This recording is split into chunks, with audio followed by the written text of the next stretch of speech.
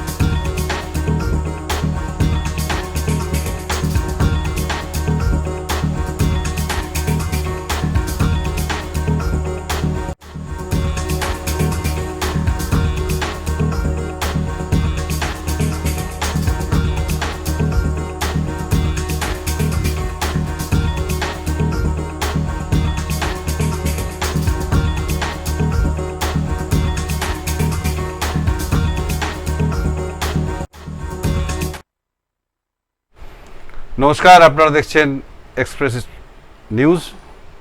আজকে বুধবার বিকেল 4টে মানেই এক্সপ্রেস নিউজের পর্দায় সমাজ ও সংস্কৃতি এক্সপ্রেস। আজকে সমাজ ও সংস্কৃতি এক্সপ্রেসে আমার সঙ্গে স্বনামধন্য আইনজীবী এবং অবশ্যই স্বনামধন্য শিল্পী বিপ্লব চ্যাটার্জি। বিপ্লবদা, অনেক অনেক স্বাগত আমাদের আজকে নতুনভাবে যে শুরু করেছি সমাজ এবং সংস্কৃতি এক্সপ্রেস এই অনুষ্ঠানে। নমস্কার। নমস্কার। অনেকদিন পর বিপ্লবদাকে পেলাম। হ্যাঁ, দীর্ঘদিন পরে। ঠিক কথাই।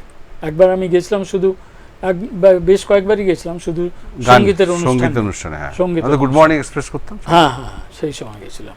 হ্যাঁ, খুব ভালো হয়েছে। এখন এক্সপ্রেস নিউজের একটা নিজস্ব বাসস্থান হয়েছে, এটা খুব আনন্দের খবর। দাদা, আগামী যেটা সবসময় আমরা বলি, এটা আমার গর্ব করে বলতে ভালো লাগে, আগামী 10ই জুন আমাদের চ্যানেল 25 পূর্ণ করে 26-এ পড়বে। বাহ! খবর দেওয়া নেওয়ার বাইরেও আমাদের ক্ষুদ্র প্রচেষ্টা সমাজকে এগিয়ে নিয়ে যাওয়া, সংস্কৃতিকে এগিয়ে নিয়ে যাওয়া, এটা মানে আপনার অনুভূতিটা কেমন? আমি সব থেকে আমার অনুভূতি যেটা হচ্ছে, আনন্দের অনুভূতি যেটা যে হচ্ছে, যে আমার মনে হচ্ছে যে এই অঞ্চলে তো বটেই, আরও এই অঞ্চলের বাইরে গেলেও 25 বছর একটা চ্যানেল চলছে, এরকমটা বোধহয় খুব কম। সবথেকে পুরনো আমরা এখন যতগুলো চ্যানেল আছে বাংলা চ্যানেল, ঠিক কলকাতা বা সবথেকে পুরনো আমরা তার আগে। সুতরাং এই মফস্বলে একটা 25 বছর একটা চ্যানেল চলছে এবং তাকে চালানো হচ্ছে এবং সুনামের সঙ্গে, এবং বিভিন্ন ধারার অনুষ্ঠান নিয়ে, এটা একটা বেশ সাধুবাদ দেবার মতন জায়গায় নিশ্চয়ই পৌঁছেছে এক্সপ্রেস চ্যানেল।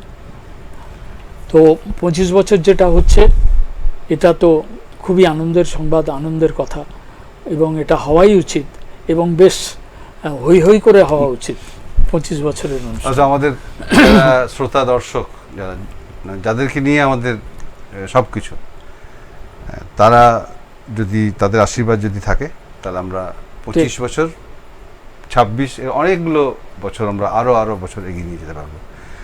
বিপ্লবদা, মূলত আপনি একজন আইনজীবী, আমাদের অনুষ্ঠানের নাম সমাজ ও সংস্কৃতি এক্সপ্রেস। তো আইনজীবী হিসাবে সমাজের যে বিবর্তন বা সমাজ কেমন হওয়া উচিত, কেমন আমরা যেগুলো ফেলে এসেছি, সেগুলো কি বলবেন? সমাজ তো কিছু বিভিন্ন রুচির মানুষকে নিয়ে গড়ে ওঠে এবং সেখানে যে যার রুচি প্রকাশ করে। তো কিন্তু তার মধ্যেও একটা সংস্কৃতির বিষয় থাকে। তো সমাজ, যে সমাজকে নিয়ে আমরা থাকি, সেই সমাজকে তো একটা বিশেষ শ্রেণীর সমাজ, কারুকে একটা আমরা বলে দিই ওদের একটা আলাদা সমাজে, তাদের একটা আলাদা সমাজ। এটা হচ্ছে তাদের কি বলবো, যে এক একটা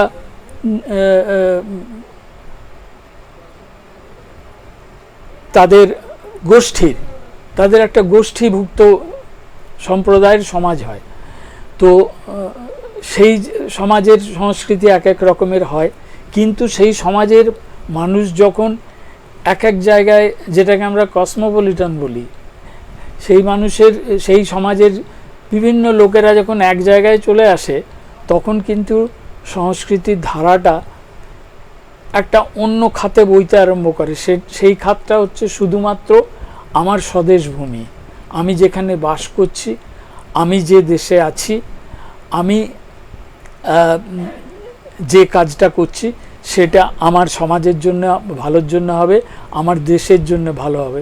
সেখানে কিন্তু আমি কোন গোষ্ঠী, কোন সম্প্রদায়, এটা থাকে না বা না থাকাই উচিত।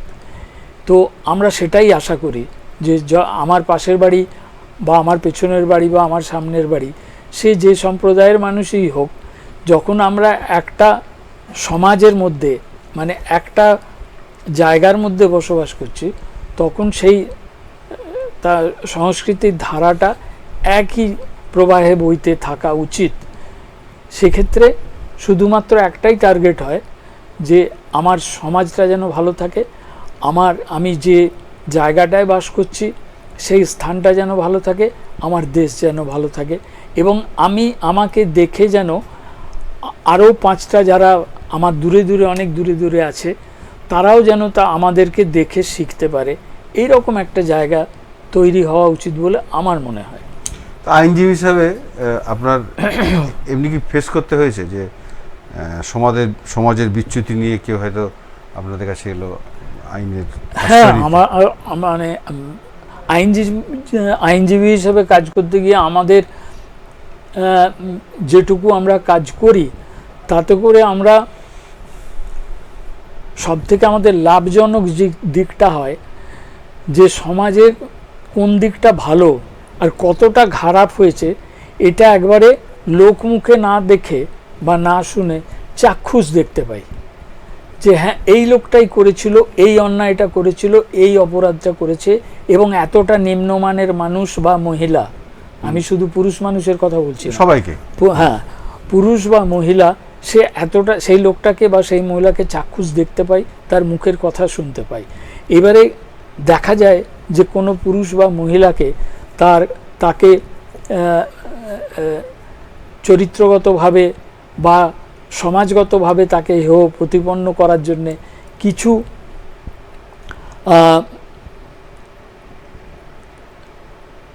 কালিমা, কিছু বর্জ্য পদার্থ তৈরি করা হয়, তার বিরুদ্ধে তৈরি করা হয়, এই কথাটাই বলছি, তৈরি করা হয়, করে তাকে মেলাইন করা হয়, মেলাইন করার চেষ্টা করা হয়, এবং তাকে সমাজে যাতে সে আর দাঁড়াতে না পারে এরকম একটা করা হয়, চেষ্টা হয়। সেটাও কারা কারা করছে বা কেন করছে বা এটা করা উচিত ছিল কিনা, এটা আমরা একদম চাক্ষুষভাবে দেখতে পাই। তো সেই ক্ষেত্রে আমাদের এই আইনের কাজ করতে গিয়ে আমরা দেখেছি যে কিছু কিছু অভিযোগ সঠিক, যে হ্যাঁ এগুলো হয়েছে, যেগুলো আমরা ভাবতে পারি না সেই জিনিস হয়েছে, বা আবার কিছু কিছু দেখি যে না, বিরাট চক্রান্ত একটা পেছনে আছে, মানুষটা হয়তো এরকম নয়। তো এই দুটো জিনিসই আমাদের কাছে আসে, এবং আমরা সেগুলো চাক্ষুষ করি, কাগজপত্র দেখি, এবং তাদের কি লেখাজোখা হয়েছে তাদের উভয়ের মধ্যে বা উভয় সমাজের মধ্যে, সেটাও দেখতে পাই। তো আইন ব্যবসায় গিয়ে অন্তত এটুকু উপলব্ধি হয় যে কারোর মুখের কথা শুনতে হয় না, একদম ডাইরেক্টলি দেখতে পাই, বুঝতে পারা যায় সত্যি খারাপ না, তাকে মেলাইন করার চেষ্টা করা হয়েছে। হ্যাঁ, এবং দেখতে পাই, লোকটাকে তো সামনে দেখতে পাচ্ছি যে এই মানুষটাই সেইটা। একটা মানুষকে তো তার কথাবার্তা, তার অ্যাপিয়ারেন্স, তার তাকানো, তার কথা বলা, এসব দিকেও অনেকটা জাজ করা যায় যে সত্যি মানুষটা এত ঘৃণ্য প্রকৃতির হতে পারে কি না। সেইটুকু আমরা দীর্ঘ এই আইনের ব্যবসার সঙ্গে যুক্ত হয়ে এখন মোটামুটি বুঝতে পারি যে কোন মানুষটা কিরকম হতে পারে, এটুকু বুঝতে পারি। বিপ্লবদা, এই যে মিডিয়া ট্রায়াল বলে একটা কথা হয় যে একজন অভিযুক্ত, আমরা হয়তো আপনারা সামনে থেকে দেখছেন, কিন্তু আমরা হয়তো কাগজে পড়ে বা টেলিভিশনের পর্দায় তাকে অভিযুক্ত মানুষটিকে দোষী করা হলো, পরবর্তী ক্ষেত্রে হয়তো আইনের চোখে সে ছাড়া পেয়ে গেল। এটাও তো সমাজের একটা বিচ্যুতি। না, অবশ্যই বিচ্যুতি, শুধু সমাজের বিচ্যুতি বলবো না, মানে অ্যাজ এ হোল সেই লোকটার পরিবার বা তার যে বংশানুক্রমিক ধারাবাহিকতা, সেই জায়গায় একটা বিরাট ড্যামেজ তৈরি হয়ে যায়, সেইটা রিকভারি হয় না। যদি সত্যি সে দোষী হয় ঠিক আছে, না ঠিক আছে, সেই বলছি, যদি দোষী হয় তাহলে তার পানিশমেন্ট হলো একটা দীর্ঘ পানিশমেন্ট হলো, ঠিক আছে, হওয়াই উচিত। কিন্তু যদি দেখা যায় যে একটা দীর্ঘ পানিশমেন্টের, যেটা আমাদের হয় যে দীর্ঘদিন একটা জজ কোর্টের অর্ডারে সে জেলে রইল, তারপরে হাইকোর্ট গেল, হাইকোর্টে দেখা গেল সেখানে যখন ট্রায়াল শুরু হলো তখন দেখা গেল যে কোনো কোনো জায়গায় ইনভেস্টিগেশনে এত গাফিলতি রয়েছে যে যেখানে ওই লোকটাকে দোষী সাব্যস্ত করা, কারণ আইনে বলাই আছে যে যেমন আমাদের জামিনে যে বেল পাওয়াটা হচ্ছে আইন, বেল পাওয়াটা হচ্ছে আইন, আর বেল রিজেক্ট করাটা সেটা হচ্ছে আইনের বাইরে। মানে এটা হচ্ছে যে একটা জামিনটা তাকে দিতে হবে, জামিনটা হচ্ছে আইন, কিন্তু যখন জামিন দেওয়া হয় না সেইটা হচ্ছে যে ওইখানে কেন আইন জামিন আমি দিচ্ছি না সেটা জজ সাহেবকে লিখতে হয় বা ম্যাজিস্ট্রেটদের লিখতে হয়। সুতরাং ম্যাজিস্ট্রেটরা নিজেরাও বলেন, আমাদের আইনের বইও তাই কথা বলছেন যে বেল পাওয়াটাই আইন, কিন্তু বেল না পাওয়া বা না দেওয়া এইটা কিন্তু অনেক পরিপ্রেক্ষিত তার মধ্যে থাকে, কিন্তু সাধারণভাবে একটা মানুষের আইন বেল পাওয়াটাই হচ্ছে তার অধিকার।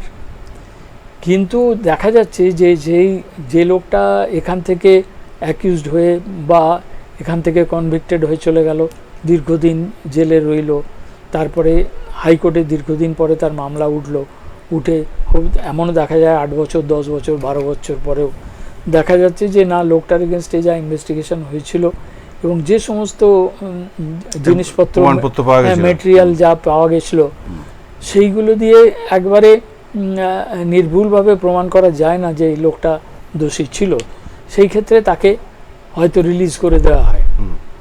তো কিন্তু তার যে 8 বছর বা 6 বছর বা 5 বছর, যে 5 বছর হলেও যথেষ্ট, 8 বছর 10 বছর 12 বছর তো কথাই নেই, এই যে তার জীবন থেকে চলে যায়, এই চলে যাওয়াটা তো ফিরে আসে না। দোষে যদি কেউ কয়েক বছর যদি সে জেলে থাকে, তাকে কি সরকার থেকে যদি সে মুক্ত হয়ে যায় পরবর্তী ক্ষেত্রে উচ্চ আদালতে বা যেখানে, তো সেই টাইমের যে তার ক্ষতিপূরণটা সেটা কি সরকার তাকে আবার মামলা করতে হবে এখানে যে আমার বিরুদ্ধে যে অভিযোগ আনা হয়েছিল সেগুলো সঠিক নয় এবং তার জন্য আমি এই ক্ষতিগ্রস্ত হয়েছি, নিশ্চয়ই পেতে পারে, নিশ্চয়ই পেতে পারে।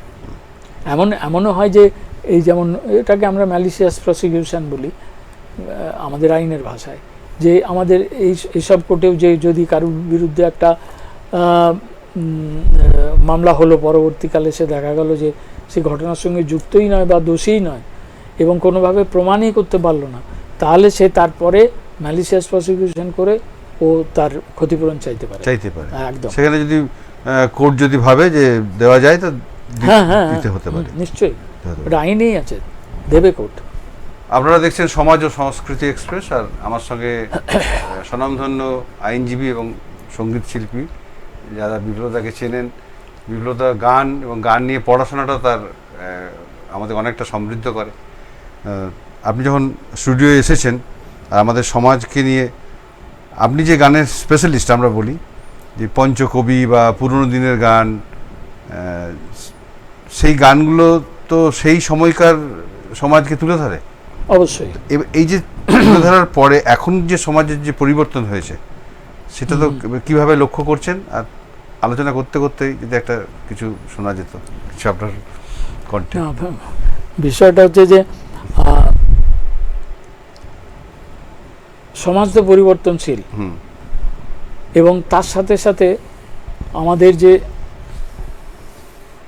সামাজিকতা আর সংস্কৃতি, এই দুটো কিন্তু আলাদা বিষয়। যে আমি আমার আত্মীয়র বাড়িতে গেলে বা কোনো পাড়ার প্রতিবেশীর বাড়িতে গেলে সেটা তিনি আমাকে আপ্যায়ন করবেন, বসাবেন বা কথা বলবেন বা কেমন আছেন, কি আছেন ইত্যাদি ইত্যাদি, সেটা একটা সামাজিকতা। বা আমার সাথে রাস্তায় দেখা হলো, আমি বললাম যে কি ব্যাপার, কেমন আছে, কেমন আছো, এটা সামাজিকতা। আর সংস্কৃতিটা হচ্ছে অন্য জিনিস। সংস্কৃতির ব্যাপারটা হচ্ছে এটার একটা ধারাবাহিকতা আছে। তো সেই ধারাবাহিকতাটায় আমরা যে ধারাবাহিকতার সঙ্গে সম্পৃক্ত ছিলাম, এখন এই যে মানুষ বলে যে সমাজ পরিবর্তন হতে হতে সংস্কৃতিও পরিবর্তিত হয়েছে, ঠিক কথাই। কিন্তু সংস্কৃতি এমন পরিবর্তন হওয়ার কোনো প্রয়োজন আছে বলে আমি মনে করি না, যেটা সংস্কৃতির বাইরে চলে যায়, যেটাকে সংস্কৃতি আর আখ্যা দেওয়া যায় না। তো এর একদম আমরা যদি সেই বাবু কালচারের যুগে ফিরে যাই, সেখানেও সংস্কৃতি ছিল, সেখানেও এই ধরনের আসর করা হতো। সেই আসরে বিভিন্ন গায়ক গায়িকারা আসতেন এবং তারা তাদের অনুষ্ঠান করতেন। সে এক সমাজ ছিল, সেখানে সেই সংস্কৃতি ছিল। তারপরে সেটা ভাঙতে ভাঙতে ভাঙতে আজকে তারপরে ভেঙে একাকী গায়কের নয় তো গান, একদম সেই সময় একাকী গায়ক, গায়ক একাকী শ্রোতা। হ্যাঁ, তো ওই যে সেই সময় মানুষরা কিন্তু ওইটাই জানতেন যে হ্যাঁ এইটাই হচ্ছে গান, এইটাই হচ্ছে আমাদের সঙ্গীত, এটাই সংস্কৃতি। কিন্তু তারপরে তো ভেঙে ভেঙে এসছে। যেমন আমাদের কাজী নজরুল ইসলাম, তিনি লেটো গানেই প্রসিদ্ধ ছিলেন। তারপরে ভেঙে ভেঙে উনি বিভিন্ন উচ্চাঙ্গ সঙ্গীতের বিষয়ে উনি জ্ঞান অর্জন করলেন, উনি জানলেন, শুনলেন, এবং বিভিন্ন ওনার ওই যে আরবি, পার্সি, এই সব সুর উনি সংগ্রহ করলেন, করে সেটাকে বাংলায় নিয়ে এলেন। তো গজল গানে তো বাংলাতেই নিয়ে এলেন।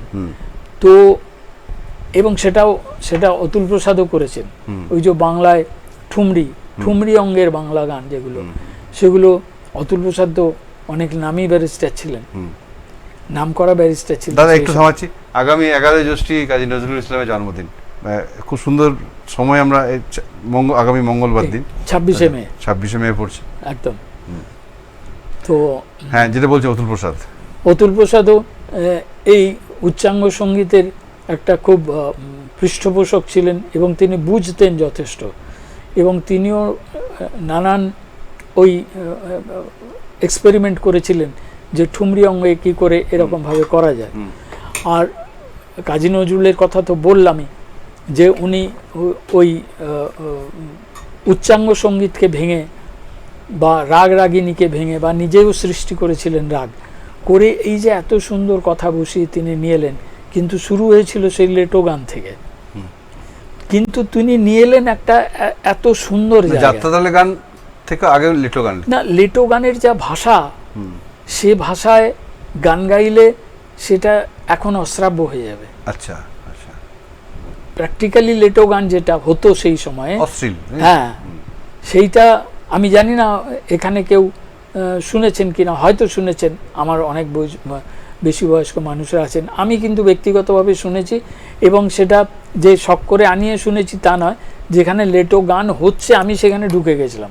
আচ্ছা, তো সেটা কোথায় একটু শুনি না? সেটা হচ্ছে আমাদের বর্ধমান জেলায় একটা গ্রামের মধ্যে। তখন আমি, মানে আমাদের অবিভক্ত বর্ধমান, হ্যাঁ হ্যাঁ হ্যাঁ, অবিভক্ত বর্ধমান। তখন আমি স্কুলে পড়ি। তো আমরা একজনের বাড়িতে গেছিলাম, গ্রামের বাড়ি। তো আমি দেখলাম ওখানে সেই ঢোল এবং ওই খঞ্জনি এইসব বাজছে, এবং তো আমি তখন ভাবলাম যে কি হচ্ছে বাড়িতে, বললাম যে একটু দেখে আসি, হ্যাজাক জ্বলছে, তো লাইট তো নেই, হ্যাজাক জ্বলছিল। তো বাড়িতে বাবা মা তারা বললেন না, ওখানে যাওয়া যাবে না। আমি বললাম গান হচ্ছে, একটু দেখে আসি না কি হচ্ছে। আমার তো খুব তখন মনে তাগাদা দিচ্ছে যে একটু যাব, কি গান হচ্ছে, কারণ গ্রামের মধ্যে এরকম। আপনি গান শেখা শুরু করেছেন? হ্যাঁ, তখন আমি তো অনেক ছোট থেকেই গাই, আমি ক্লাস 3 থেকে গাই। তো তখন আমি স্কুলে, মানে কোন ক্লাস হবে, 11-12 হবে এরকম সময়, কিন্তু আমাকে যেতে দেওয়া হবে না। তো তবুও আমি কোনো এক ফাঁকে, মানে বাবা মা জানতেন ওটা অশ্লীল গান? অশ্লীল গান, yes। আচ্ছা, ঠিক ঠিক। কোনো এক ফাঁকে বেরিয়ে আমি চলে গেছিলাম। তো গিয়ে সেখানে যা শুনলাম এই নরনারীর বিষয়ে তাদের গান, এবং সেই গান একবারে মানে যে সমস্ত কথা তার মধ্যে আসছে সেটা আমাদের সাধারণের মধ্যে বলা হয় না, এবং সেটা বললে সেটা তার ব্যাখ্যাটা অন্যরকম হয়ে যায়, অশ্লীল হয়ে যায়। তো তখন আমি সেখানে, সুরটা খুবই ভালো ছিল। সুরটা ওই রকম একটু কীর্তন টাইপের, বা একটু ওই যে তরজা গান হয় যেরকম, ওই রকম টাইপের, তক্কাতক্কি হচ্ছে। তো তার মধ্যে একজন নারী একজন পুরুষ তারা বলা, কবিগানও তো অনেকটাই তাই। তো কিন্তু লেটো গানের হচ্ছে যে তার কথাগুলো এরকম ছিল, মানে আমরা যেটাকে পরে বললাম যে মানে অনেক পরে যেটা এলো, যে আমরা যেটাকে বলতে আরম্ভ করলাম জীবনমুখী গান। জীবনমুখী গানের বিশেষত্ব কি হলো না, আমাদের ওই চায়ের দোকানে বা আড্ডায় বা এই ফলের দোকানে, মাছের দোকানে, এই সমস্ত যে সমস্ত কথাবার্তাগুলো আমাদের চলে, সেই চলতি কথা নিয়ে গান, জীবনমুখী, সেইটা হয়ে গেল জীবনমুখী। চলতি কথা, যে কথায় গান হয় না, কারণ গানের একটা বিশেষ ভাষা আছে। তো সেই গানের, যেমন আমি তো বলি যে জীবনমুখী গান এর থেকে ভালো আমি শুনিনি সেই সুধীরলালের গান, পৃথিবী আমারে চাই রেখো না বেঁধে আমায়, খুলে দাও প্রিয়া, একদম গ্লোবালাইজেশন।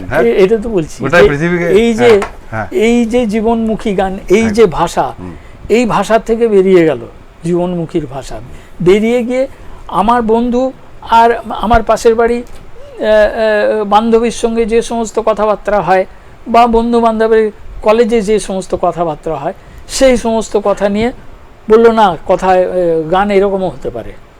এটাই জীবনমুখী গানের ভাষা।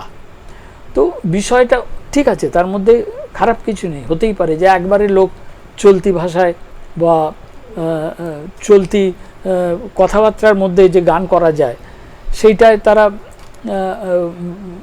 বললেন যে এটা জীবনমুখী। কিন্তু জীবনমুখী তো অনেক এর আগে তো অনেক হয়ে গেছে। আমি তো বললাম সুধীরলালেরই একটা উদাহরণ দিলাম, যে ওর থেকে বড় জীবনমুখী তো আমি শুনিনি, যে এত সুন্দর বা এত এই 4 লাইনের মধ্যে এত গুছিয়ে বলে দেওয়া, এটা আমি শুনিনি। ডক্টর ভূপেন হাজারিকাও প্রচুর, হ্যাঁ, উনি তো নিশ্চয়ই, ওনার তো হচ্ছে যে একটু কি বলবো, যে উত্তেজক গান বা মানুষকে একটু সেন্টিমেন্টাল গান, যে ও গঙ্গা তুমি বইছো কেন। তো সে, কিন্তু আমি যে সঙ্গীতের ধারাটাকে বলছি, কিন্তু তারপরে সঙ্গীত ভাঙতে ভাঙতে মাঝে এমন জায়গায় এলো যে কথাগুলো সঙ্গীতের কথা নয়, মানে যারা সঙ্গীত রচয়িতা তারাই বলেছেন যে এগুলো সঙ্গীতের কথা নয়, সঙ্গীতের একটা আলাদা কথা আছে, আলাদা গ্রামার আছে, সেই কথা থাকতে হবে। যেমন আমরা বলি, আমি বিভিন্ন অনুষ্ঠানে বলি, তার গান গাইবার আগেও বলি, যে ওনার এক একটি গান এক একটি উপন্যাস হতে পারে বা এক একটি গল্প হতে পারে। সেটা হচ্ছে জটিলেশ্বর বাবুর গান, এ কোন সকাল, রাতের চেয়ে অন্ধকার। তো এ নিয়ে তো একটা বিরাট উপন্যাস লেখা যায়, যে কেন সকাল রাতের চেয়ে অন্ধকার, এই নিয়ে বিরাট লেখা যায়। তো ওনার, বা আমার স্বপন কিনতে পারে এমন আমির কই, এই যে কথাগুলো, এই কথা তো এ নিয়ে উপন্যাস হয়, এ নিয়ে গল্প হয়। তো সেটাই বলি যে এইগুলো হচ্ছে গানের ভাষা। আমি যা কিছু বলে গান বলে চালিয়ে দিতে পারি না, অন্তত আমার মতে আমি মনে করি যে যা কিছু কথা বসিয়ে দিলাম, আর দুটো সুর, আর দুটো এখন যেটা হয়েছে আর কি, যে ওই ওয়েস্টার্ন বিটের কিছু একটা দিয়ে দিলাম, বা ওয়েস্টার্ন মিউজিক কিছু তার মধ্যে ফিড করে দিলাম, দিয়ে বললাম হ্যাঁ এটাই গান, না ওটা গান নয়, ওটা গান নয়, ওটা হচ্ছে যে যেমন কিছু হই হই করা, স্লোগান দেওয়া, এইটাকে যদি গান বলা হয় তাহলে ওটা গান মনের হতে পারে। মনের আরাম, প্রাণের আরামটা হয় না, না, সবসময় কখনোই হয় না। ওই যে বললাম যে প্রচণ্ড স্লোগান, জোরে, হ্যাঁ। স্লোগান দিতে গেলে যেমন হয় যে হই হই হলো সবাই মিলে, তারপরে আর কে কোথায়। আচ্ছা, সমাজের আরেকজনের নাম আমরা শচীন দেব বর্মন বা সলিল চৌধুরী, তাদের তো প্রচুর জীবনমুখী গান আছে। প্রচুর প্রচুর প্রচুর নিশ্চয়ই আছে। আমি তো বলছি যে এই যে বাবু কালচারের গান, তো একটু একটু একটু শুনবো বাবু কালচারের গান, বাবু কালচারের গান, হ্যাঁ গাইতে পারি একটুখানি। একটু আমাকে দেখে নিতে হবে 1 সেকেন্ড। বাবু কালচারের গান যখন সেই তখনকার মানুষরা বা তখনকার ছেলেরা সেই লম্বা লম্বা চুল রাখতো, আর হিপি হিপি টাইপের, না হিপি টাইপের ঠিক বলবো না, ওই এরকম আচ্ছা, মানে আচ্ছা। বাবরি চুল বাবরি যেটাকে চুল। বলে, বাবরি চুল রাখতো। যেমন আর নজরুল ইসলামের ছিল। হ্যাঁ হ্যাঁ, বাবরি চুল রাখতো। আর হচ্ছে যে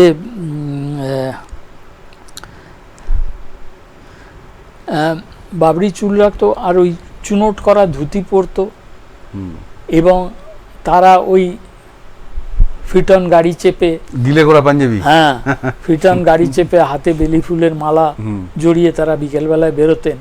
তো সেই ছিল বাবু কালচার। কিন্তু তারা সেই নিয়েও তখনকার দিনে গান হতো যে ওই যে কি মজার নাম হয়েছে বাবু কালচার,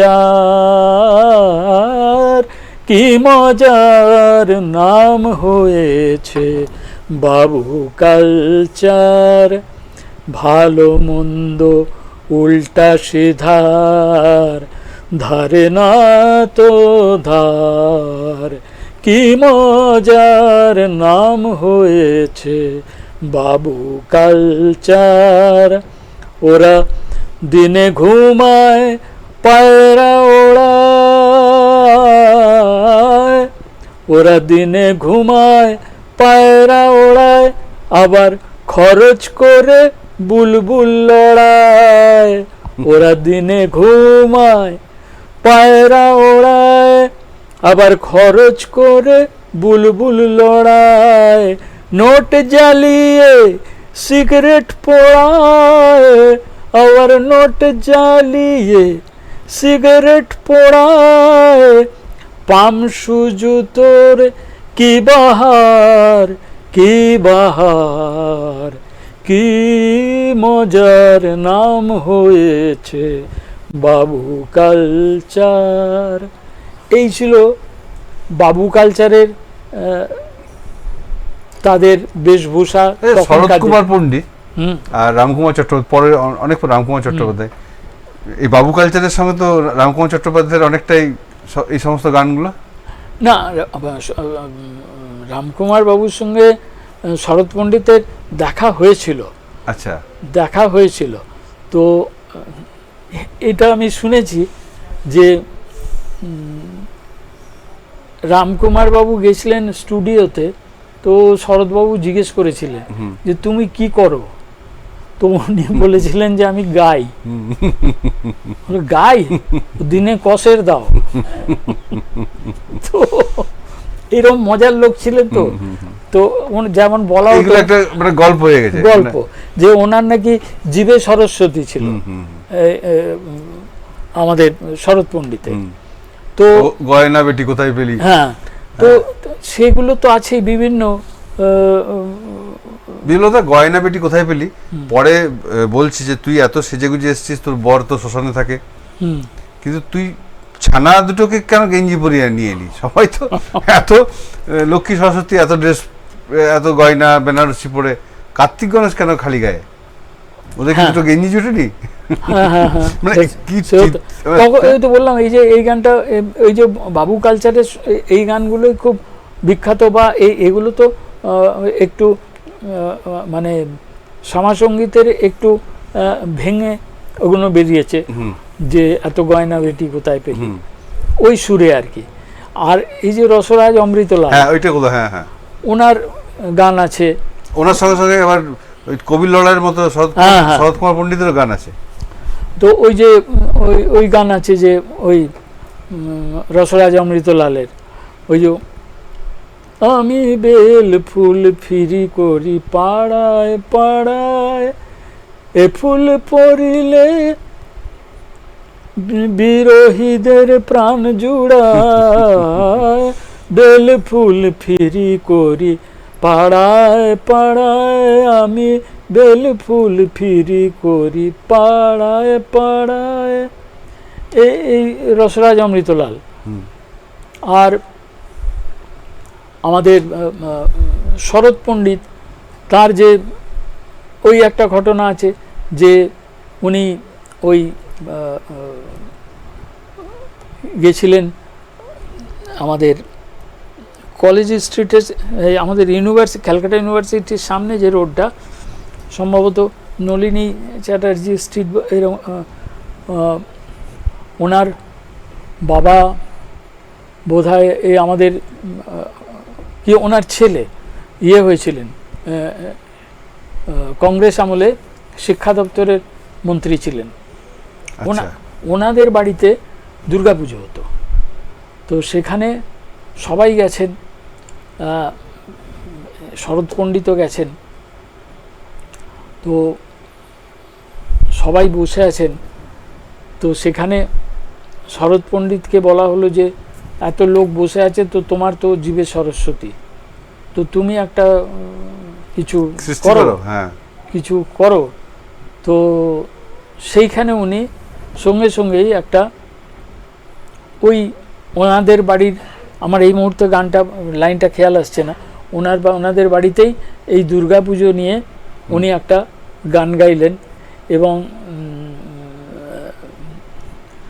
সেইটা যে উনি বললেন যে আমিও এরকম দুর্গাপূজা আমার বাড়িতেও করতে পারি, যদি এই এত টাকা আমার পকেটে, এই যে ওদের পকেটে এত টাকা ঢুকেছে, আমি আমার পকেটে যদি এই টাকা ঢোকে তাহলে আমি ওরকম করতে পারি, তখন করব। তো সেরকম একটা গান আছে আর কি। তো এইরকম ওনাদের প্রচুর সৃষ্টি তৈরি হলো, কিন্তু সেই সৃষ্টিগুলো আমার বক্তব্য সেটা নয় যে ওই গান গাইতে হবে তা নয়, বা এরকম করে গাইতে হবে তা নয়, কিন্তু ওই গানটা ভুলে যাওয়াটা একটা আমাদের কি বলবো, বিচ্যুতি, আমাদের ভুলে যাওয়াটা ডিসক্রেডিট। আমরা ওগুলোকে ধরছি না, আমরা মনে রাখছি না। আমরা আমাদের আগের যারা শিল্পী রয়েছেন, হয়তো আমাদের পরবর্তী যে আমি নিজেই শুনেছি এখানে, যেটা এই আমাদের কানুসুদিও স্টেডিয়ামে, সেখানে মৃণালবাবু এসেছিলেন গান গাইতে, তখন কিছু লোক শুনছিলেন, সেখানে বলছেন, হ্যাঁ, তাকে চিৎকার করে বললেন আমাদেরই কিছু দর্শক যে ইন্দ্রনীল সেনের ঠুংঠাং ঠুংঠাংটা করুন। ওটা যে মৃণালবাবুর গান, সেই ধ্যান ধারণাটারই নেই, তাকে বলছেন। বিপ্লবদা, একবার মানে আমাদের সময় খুব কম, অনেকক্ষণ গল্প করতে করতে সময় পেরিয়ে গেল, অনেক প্রশ্ন, অনেক আলোচনা করা গেল না। আগামী দিনে আপনাকে আবার চাই আমাদের এখানে। তার মাঝে একটু বলে নিই যে শরৎ পণ্ডিত কোনো একটা অনুষ্ঠান, উচ্চাঙ্গ সঙ্গীত অনুষ্ঠানে বেরিয়ে এসে বলছে, দাদা ঠাকুর আপনি কেমন শুনলেন? বলছে খুব ভালো শুনলাম বাবা, কিন্তু তোমাদের শিল্পী তো থামতে জানে না।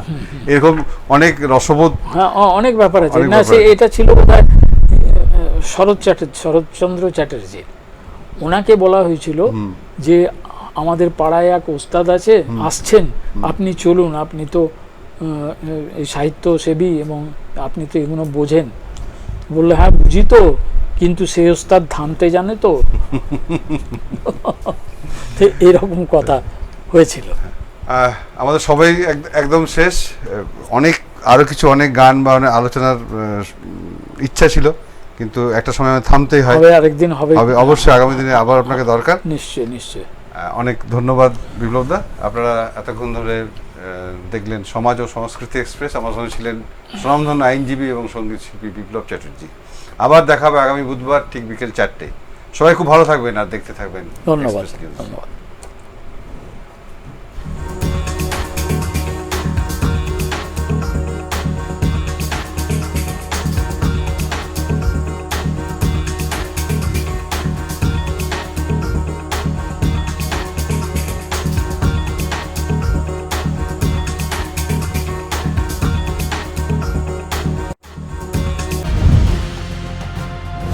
রজত জয়ন্তী বর্ষে এক্সপ্রেস নিউজ এ হলো ডেডলাইন কমিউনিকেশনস প্রাইভেট লিমিটেড। আর আপনারা দেখছেন এক্সপ্রেস নিউজ, খবর নেয়, খবর দেয়।